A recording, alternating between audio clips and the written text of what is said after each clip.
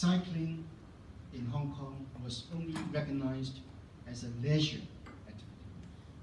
It was never recognized as a means of mobility or transportation.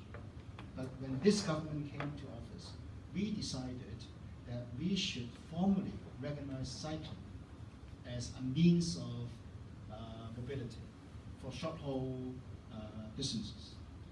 Now, but the infrastructure itself is constrained.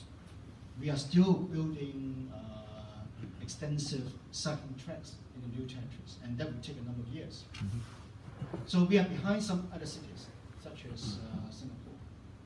And our road system, historically, was not built with the purpose of catering for cyclist needs. So particularly in the urban areas, the roads are already so congested because of cars, buses, and you just can't afford to have a dedicated bicycle lane, like in London and some other places.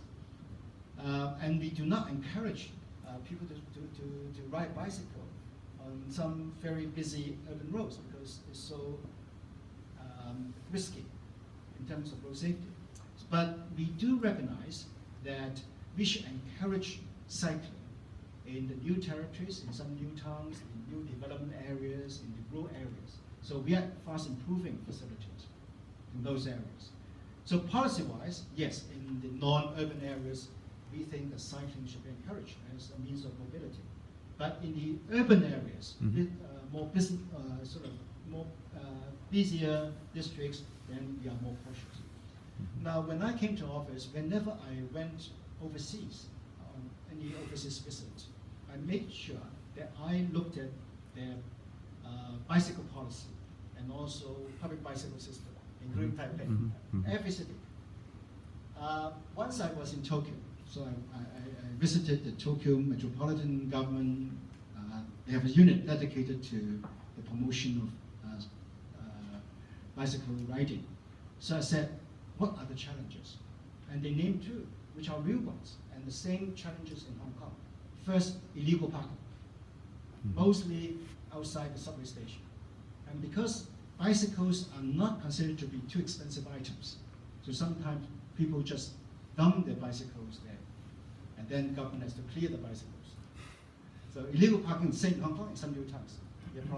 We are trying to find land to provide parking lots, but land is precious in Hong Kong, so there's always a kind of trade-off.